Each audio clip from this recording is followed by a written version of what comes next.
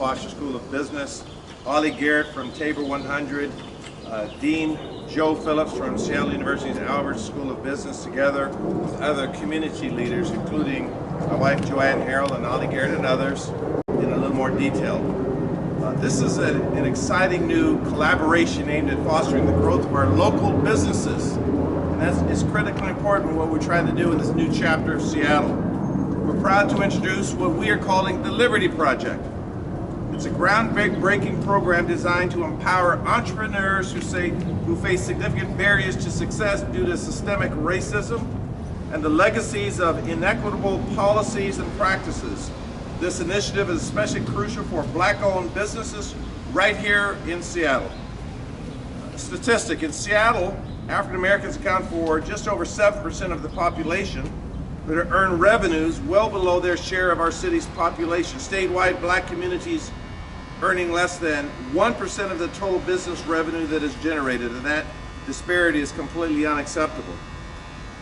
We're standing here because approximately 55 years ago, right here in what we still refer to as the Central District, the Liberty Bank became the first Black-owned bank in the Pacific Northwest. It served as a lifeline for individuals and businesses who were previously excluded from financial services and investment opportunities. For many of those that know my personal story, know that I literally grew up about 4 blocks heading north. And so when we saw the creation of this bank, we saw access to capital, we saw entrepreneurship, we saw the very reasons why people immigrated to Seattle in the first place, for a chance at their slice of the pie through small business development. This bank has always symbolized resilience, empowerment, and opportunity, and now the Liberty Project will build upon that rich legacy.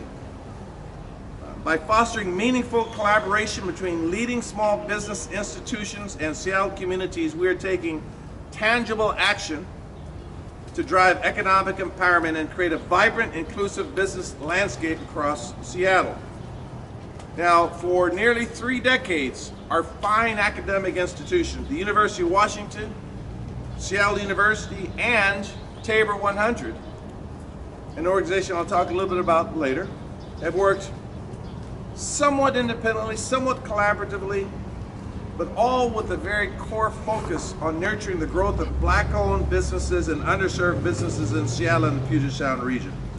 Now, the city of Seattle wants to be a strong partner of this. I don't use the expression, the Russell Wilson quarterback strategy anymore.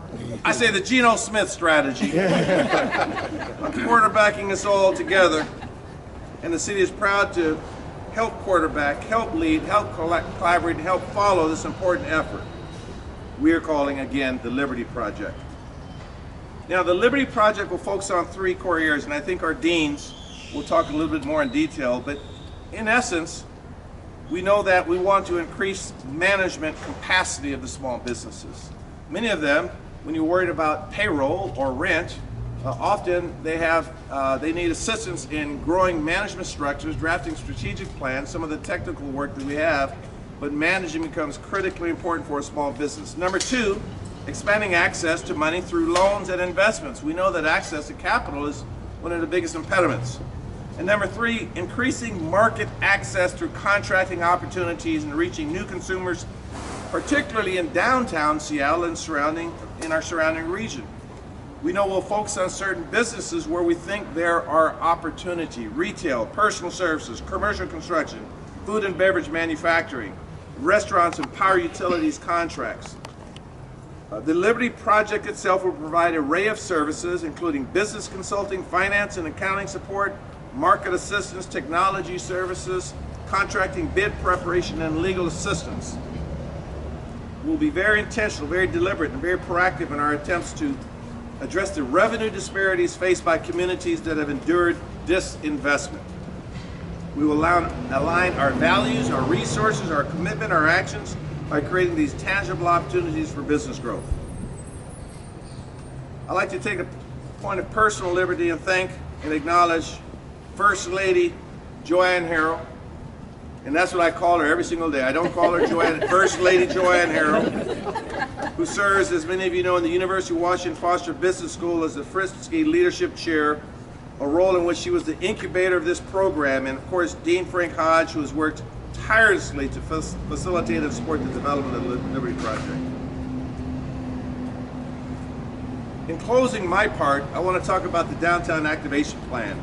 We have here members of the Chamber and the Seattle Chamber of Commerce. We have members of our Office of Economic Development Department that we talked about our successful Seattle Restore program, where we are looking at what I called my enemy, which are plywood enclosed stores.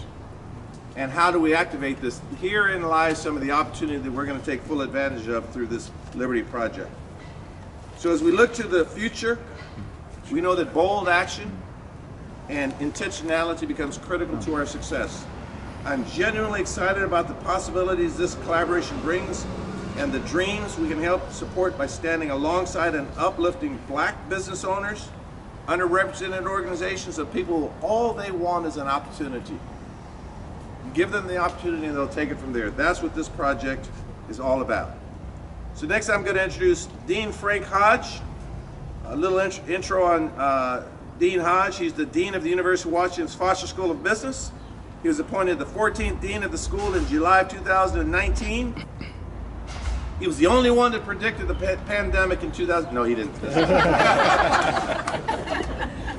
Dean Hodge joined the faculty at the University of Washington, Foster in 2000. He is known, and I know this for a fact, as the coach to his students.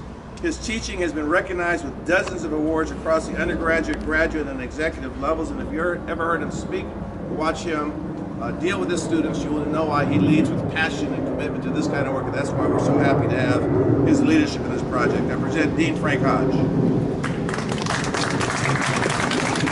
Harrell, I also want to recognize the significant contributions that were made to getting this project off the ground by Professor Joanne Harrell, who's the Fritzke Chair in Leadership at the Foster School of Business. Thank you.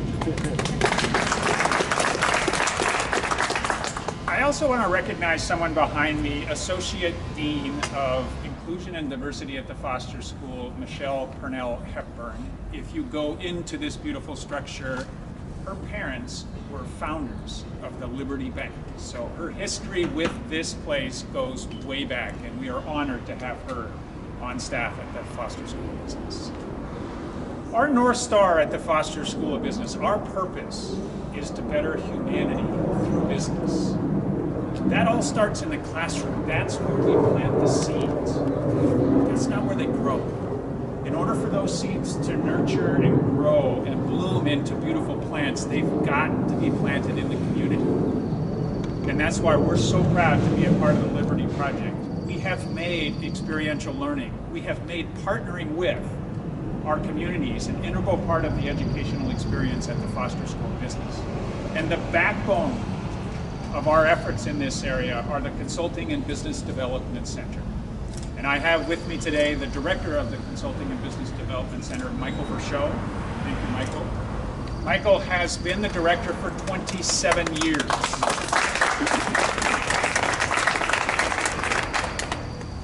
The Consulting and Business Development Center over those 27 years has generated over $275 million additional dollars in revenue for small and minority-owned businesses in Washington State. They've retained over 200,000 jobs in the state. And more recently, and taught by Associate Dean Michelle Purnell Hepburn, is a class where we have MBA students help small and minority-owned businesses apply for loans. And they generated loans this last year of $1.7 million. 75% of those loans went to Black-owned businesses. Having an impact in our community is really important, something that we're proud of. I'm proud of the work of the Consulting and Business Development Center on its own, but what is really special about it is when it partners with others, it elevates and amplifies the impact it has in our community, and that's exactly what the Liberty Project does. It brings together the Tabor 100, the Albert School at Seattle University, our city, leadership at our city level to have an impact in our community. We're ready to roll up our sleeves and get to work. We couldn't be prouder to be a part of this project. Thank you. Dean Joe Phillips from Seattle University. A little background on Dean Phillips. He was appointed Dean of the Albers School of Business and Economics July 2001. He joined Seattle University after serving on the faculty of the College of Business Administration at Creighton University, Nebraska, where he started in 1982. And again, he leads with passion and commitment to this project, and I present to you Dean Joe Phillips. Thank you, Mr. Mayor. And actually, it's true. Frank did project COVID. I distinctly remember a Dean's meeting in 2019 when he told us it was coming. Yes, thank you. Over the last 75 years, the Albers School of Business and Economics at Seattle U has championed the responsibility of business to create a better society. Our students are taught to be leaders and are committed to making a difference above and beyond the bottom line. The hallmark of our values-driven education is the emphasis we put on student engagement in local communities, to improving lives through the strategic application of skills, knowledge, experience, and the network.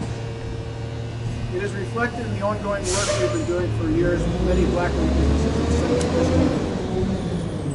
Our resource application and management program, or Ramp Up, provides business coaching, planning, technical support, and other assistance to underserved local businesses.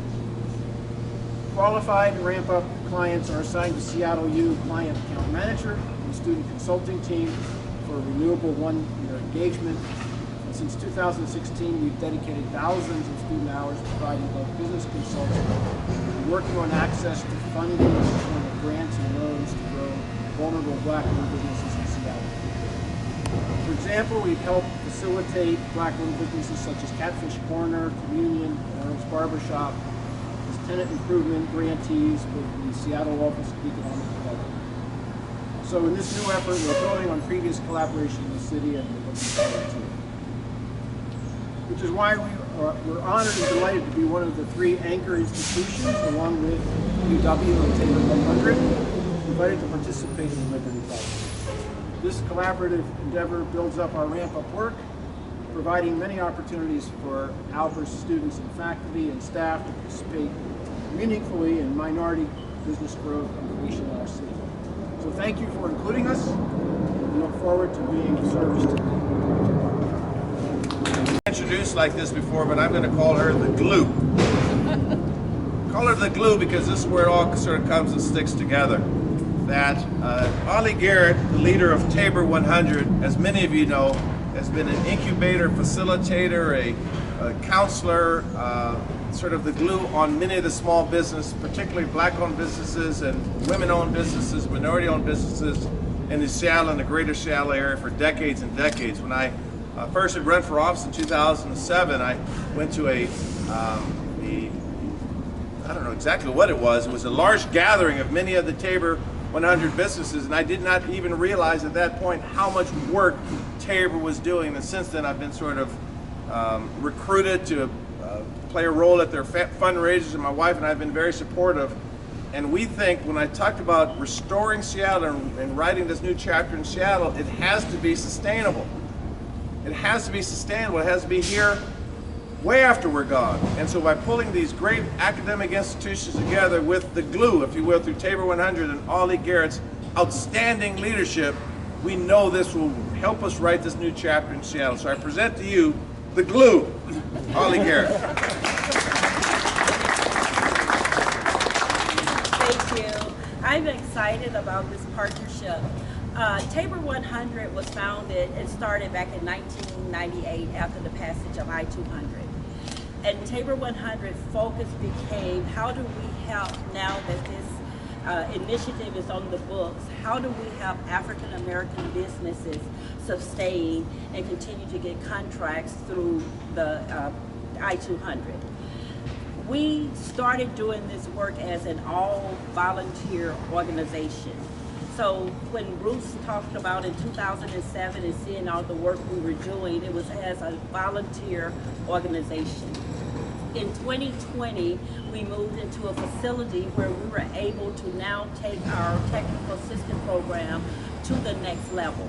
We have classroom settings, we have workshop settings, we have all of the technology to help the businesses grow with technical assistance. In 2022, Tabor 100 did 352 hours of technical assistance with African American small businesses and businesses from small communities. In 2023, so far, we've put in 582 hours of technical assistance with these businesses. We've brought on and have about 7 employees now and 22 consultants. With this collaboration, we will be able to now take businesses to the next level of technical assistance. One of the things that I said, being a small business owner myself, a lot of businesses get started without not knowing what they don't know that they don't know. So they get into this and get going and realize, wait a minute, I didn't know I need to understand labor laws. I didn't know I need to understand, have a CPA, have a bank. There's a lot of programs that we offer in one-on-one coaching, accounting, bid opportunities, and preparing the businesses to get ready to bid. But there's another level that they need to go to and go through, and this collaboration is going to help us now take our technical assistant program, add on additional staff, and collaborate with the University of Washington, Seattle U to take the business to the next level and to make sure that they are really ready to grow their business. So I'm really excited about this. And I want to thank the mayor and First Lady Joanne for pulling all of this together and recognizing that we're all doing this work in a well, I won't say a silo, because when we started talking about the businesses that we help, we looked at it and we realized a lot of these businesses had gone already through each one of our programs. But to now to make this structured, and I am just really excited.